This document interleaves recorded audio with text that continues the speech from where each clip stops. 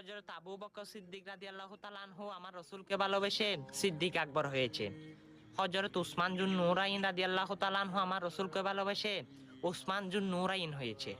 হযরত আলী মাকাম রাদিয়াল্লাহু তাআলা আনহু আমার রাসূলকে ভালোবেসে তিনি হযরতে আলী হয়েছে, আলী শেরে হুদা হয়েছে। অবশ্যই হযরত হানজালা আমার নবীর পক্ষে জীবন দিয়ে তিনি গোসলের দায়িত্ব সকল আল্লাহ রব্বুল আলামিন নিয়েছে। হযরত খালিদ বিন ওয়ালিদ আমার রাসূলের পক্ষে যুদ্ধ করে তিনি ইন্তেকালের সময় আসমান পর্যন্ত কম্পন শুরু হয়েছে। সুবহানাল্লাহ। অবশ্যই আপনি সে নবীর উম্মত হয়েছেন।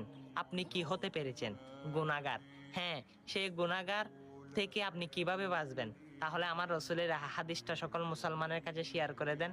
আমার প্রিয় নবীজি বলেন, অধিকাংশ মানুষ জাহান্নামে যাবে প্রসাবের ফোঁটা গাইয়ে পড়ার কারণে। হ্যাঁ জানি, অনেক মানুষ অহংকারী রয়েছে, তারাই ভিডিওটা শেয়ার করবে না। রাসূলের হাদিস যারা ফলো করে এবং যারা জাহান্নামের আগুন থেকে বাঁচতে চায়, কবরের আযাব থেকে বাঁচতে চায়, তারাই আজকে এই হাদিসটা শেয়ার করে যায়। আমিন।